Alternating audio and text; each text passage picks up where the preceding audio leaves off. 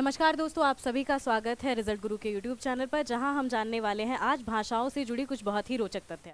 अच्छा, आप लोगों के दिमाग में प्रश्न आता ही होगा कि विश्व में कुल कितनी भाषाएं हैं, भारत में कुल कितनी भाषाएं हैं और भारत में मान्यता प्राप्त भाषाएं कितनी हैं।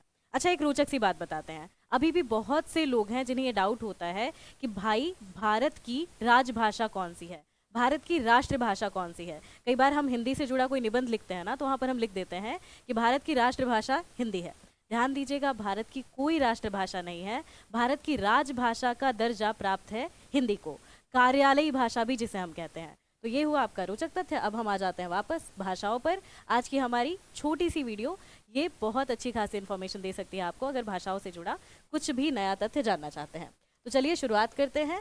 सबसे पहले, अगर आप अभी भी कंफ्यूज है ना कि विश्व की भाषाएं कुल कितनी हैं, तो हम लगभग मानकर चलते हैं कि विश्व में कुल कितनी भाषाएं बोली जाती हैं, भारत में कुल कितनी भाषाएं बोली जाती हैं, लेकिन मान्यता प्राप्त भाषाओं की संख्या भारत में तय है। बाकी थोड़ा थोड़ा डाउट चलता है, हम लगभग मानकर चलते हैं। तो विश्व की कुल भाषाएं, दुनिया में सबसे ज्यादा बोली जाने वाली भाषाएं, दोनों चीजों पर ही हम विचार करेंगे। सबसे पहले, विश्व में भाषाओं और बोलियों की संख्या लगभग संयुक्त राष्ट्र संघ के अनुसार, ऐसा नहीं कि अपने मन से ही बना लें, संयुक्त राष्ट्र संघ के अनुसार लगभग 6800 से अधिक है। और इसमें 23 भाषाएं ऐसी हैं जो लगभग विश्व की आधी से अधिक जनसंख्या द्वारा बोली जाती हैं। आपकी अंग्रेजी, हिंदी इन्हीं के अंतर्गत आ जाती है। अच्छा, विश्व की ये 23 भाषाएं जो दुनिया भर की आधी से ज्यादा जनता के द्वारा बोली जाती हैं, कौन कौन सी हैं?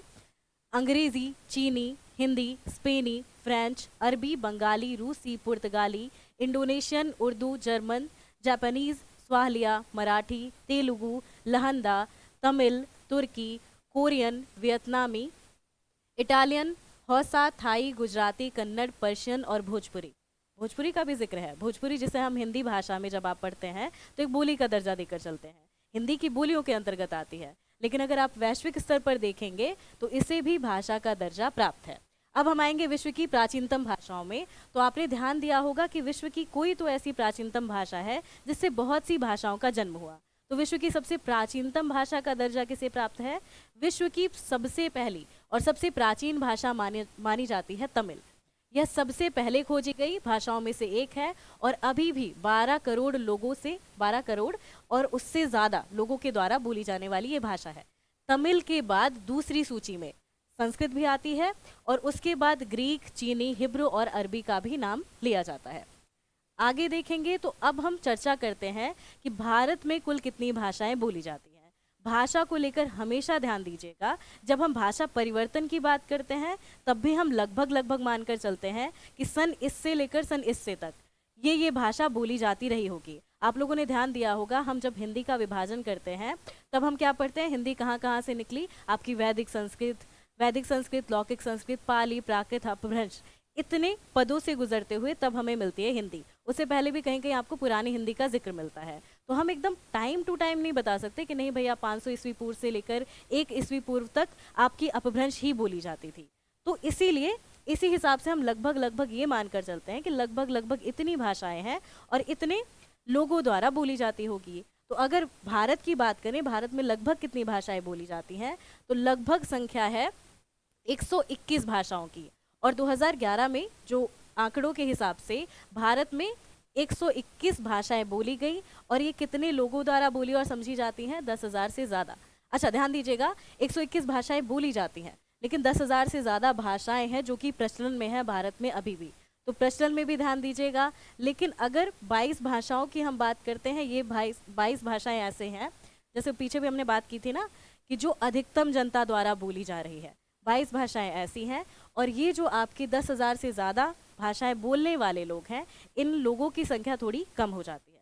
और यही 22 भाषा बोलने वाले लोगों की संख्या या 121 भाषा बोलने वाले लोगों की संख्या ज़्यादा है। अब ये 22 भाषाओं वाला कॉन्सेप्ट आपको आगे थोड़ा और अच्छे से क्लियर हो जाएगा कि हम बार बार 22 भाषा पर ही क्यों जोर दे रहे हैं। आगे देखेंगे तो अब हमें मिलेगा कि आधुनिक तौर पर, या अगर आप संवैधानिक तौर पर जानना चाहते हैं, अब हमारे पास एग्जैक्ट पॉइंट होगा कि हाँ, संवैधानिक रूप से कितनी भाषाओं को मान्यता दी गई। तो सबसे पहले संवैधानिक रूप से कुल कितनी भाषाओं को मान्यता मिली है? 22 भाषाएं। अब भारत में कितनी भाषाएं बोली जाती हैं इसका हम सही से अनुमान नहीं लगा सकते, क्लियर है। लेकिन भारत में बहुत सी भाषाएं बोली जाती है ना, क्लियर है। भारत में कुल 22 भाषाओं को संवैधानिक रूप से राजभाषा का दर्जा दिया गया है। राजभाषा मतलब फिर वही राजकाज की भाषा है, कार्यालयी भाषा है, जैसे आप कार्यालयी भाषा भी कहते हैं। और जब पूरे भारत के तौर पर देखेंगे तो आपको मिलेगा कि हिंदी भी कार्यालयी भाषा है, राजकाज की भाषा है।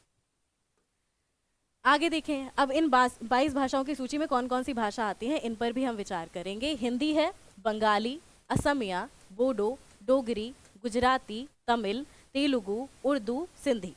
उसके बाद संथाली, संस्कृत होना चाहिए, संस्कृति माफ कीजिएगा, संस्कृति सही है, पंजाबी, ओरिया, नेपाली, मराठी, मणिपुरी, मलयालम, मैथिली, कश्मीरी, कन्नड़ा और कोंकणी। इसके बाद अच्छा, वहाँ पर संस्कृति का जिक्र क्यों किया गया था, क्योंकि संस्कृत बोलने में कई लोगों को कठिनाई आती है। तो जब आप पढ़ना शुरू करते हैं तो कई जगह संस्कृत का नाम आपको संस्कृति से भी मिल जाता है, इसलिए चल जाएगा आपका।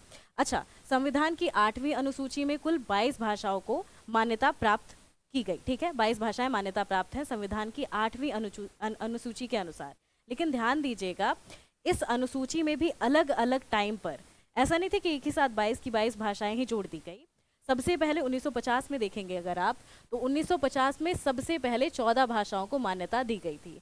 उन 14 भाषाओं को अगर आप कहीं लिखना चाहें तो लिखकर याद कर लीजिए, थोड़ा बेहतर होगा। बाद में जो भाषाएं जोड़ी गई उनसे जुड़े प्रश्न कुछ ज़्यादा पूछे जाते हैं।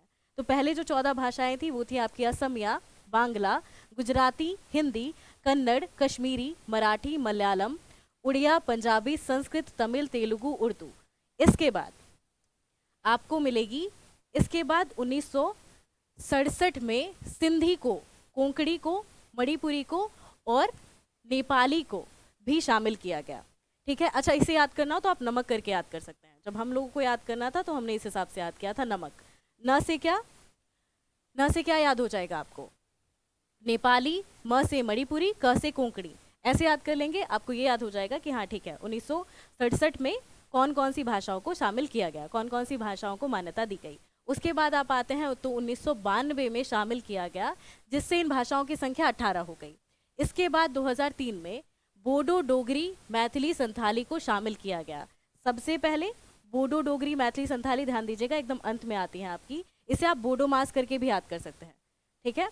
आप लोगों ने याद किया होगा, मैथ वाला थोड़ा थोड़ा विषय ना, तो बोडो मास वही, फिर बोडो, डोगरी, मैथिली, संथाली, इन्हें कब शामिल किया गया, इन्हें शामिल किया गया था 1992 में। अच्छा, थोड़ा सा कॉन्सेप्ट ऊपर नीचे है, इसे एक बार सही से पढ़ लीजिएगा ताकि क्लियर रहे। इस प्रकार अब आपको पता चल गया होगा 22 भाषाएं किस प्रकार आपके संविधान की अनुसूची में मान्यता प्राप्त हैं। सबसे पहले कितनी भाषाएं थी, 14 भाषाएं, फिर 3 भाषाओं को और जोड़ा गया और बाद में आपकी अलग सी भाषाएं जोड़ी गई थी, तो कुल मिलाकर 22 भाषाएं हो जाती हैं। तो संविधान की पूरी अनुसूची में कितनी भाषाओं को मान्यता प्राप्त है, जिन्हें आप प्रॉपर प्रूफ देकर कह सकते हैं कि हाँ ये भाषाएं हैं, ये बोली ही जाती हैं, इन्हें मान्यता प्राप्त है, ये राजकाज की भाषा है। भले पूरे भारत की ना हो, अलग अलग स्टेट्स की हो, लेकिन फिर भी राजकाज की भाषा है। हिंदी को लेकर याद रखिएगा, हिंदी राष्ट्रभाषा नहीं है, हिंदी राजभाषा है। कई बार ये प्रश्न पूछा जाता है अलग अलग एग्जामों में और कंफ्यूज करने की पूरी कोशिश की जाती है, क्योंकि बड़े टाइम से आपने ध्यान दिया होगा, अगर छोटे छोटे निबंध भी पढ़ते हैं तो वहाँ पर भी कई बार ये पद लिखा होता है कि हिंदी भारत की राष्ट्रभाषा है, उसे राष्ट्रभाषा हटाकर राजभाषा कर दे, ताकि आगे के लिए कोई डाउट ना रहे। उम्मीद करते हैं आज की इन्फॉर्मेशन आपको अच्छी लगी होगी। अगर वीडियो अच्छी लगी है तो वीडियो को ज़रूर लाइक करें। इसके अलावा आप टेलीग्राम चैनल से भी जुड़ सकते हैं, टेलीग्राम चैनल का लिंक ये रहा। मिलेंगे ऐसे ही रोचक वीडियो के साथ आपसे फिर से, तब तक के लिए अपना बहुत बहुत ध्यान रखें। धन्यवाद।